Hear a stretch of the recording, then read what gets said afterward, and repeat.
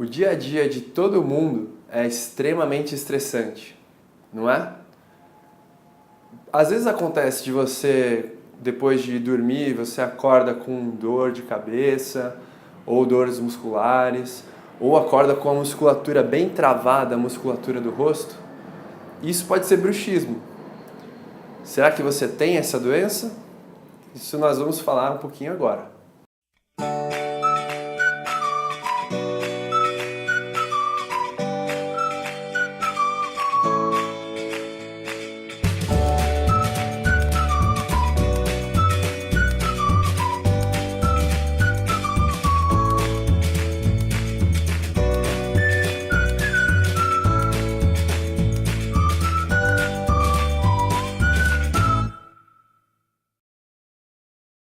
Gente, o bruxismo é uma doença que acomete muitas pessoas hoje em dia.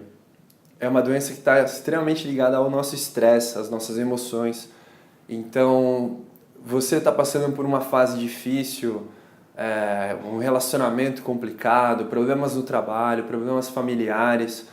Isso causa estresse e você fatalmente pode desenvolver o problema do bruxismo, que é o hábito de ranger e apertar os dentes. Isso afeta demais o nosso corpo. Você pode chegar a ter dores de cabeça, enxaqueca, dor muscular, dor articular, estalos, diversos problemas que a gente corrige com um aparelho ortopédico.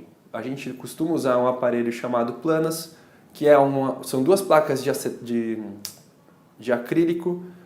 As placas, uma vai na arcada superior, outra na arcada inferior, e ao apertar, o seu corpo vai estar programado para você apertar os dentes, você vai tocar as placas e não vai tocar mais os dentes.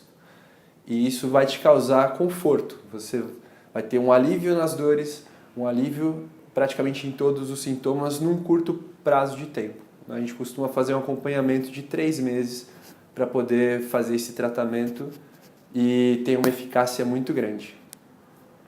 Tá joia? Gente, quem gostou desse vídeo, dá um like e até o próximo.